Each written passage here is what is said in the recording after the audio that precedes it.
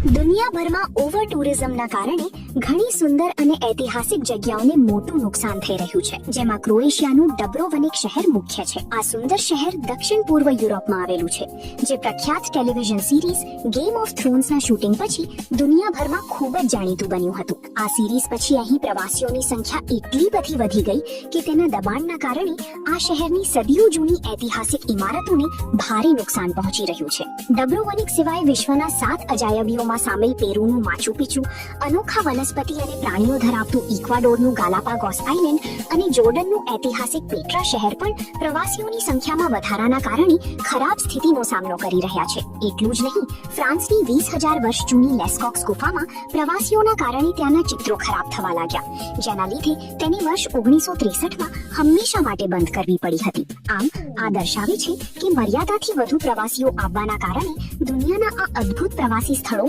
બરબાદીના આરે પહોંચી